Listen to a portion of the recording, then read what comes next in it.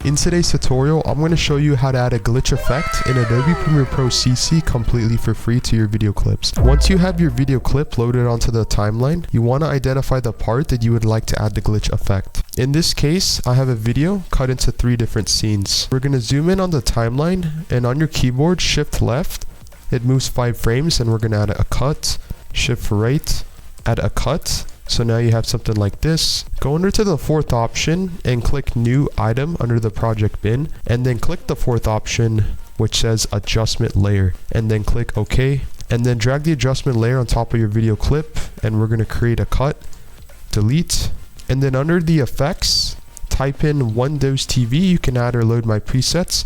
If you don't have this, you can download in the link in the description, and then right click under presets, click import presets, and locate where you have it, where you saved it, and click open. And then under glitch, you can click the drop down arrow, and we have a whole list of different glitches. Click, hold, and drop on the adjustment layer.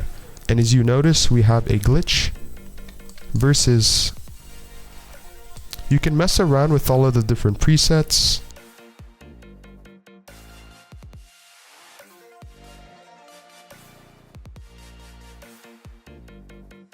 If you want to apply the same glitch transition or video effect onto another scene, you can do the same thing by going down and shift right or shift left, add a cut, and then you can even hold down alt on your adjustment layer and drag it to the right. So now we have the same exact effect.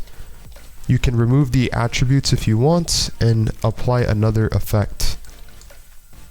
Thanks for watching. Drop this video a like, comment down below, and share the video if you found value, and subscribe for more. Again, if you want to learn how you can save hundreds of hours and money online per year creating content, click the link down below, scan the QR code, and thanks for watching this tutorial.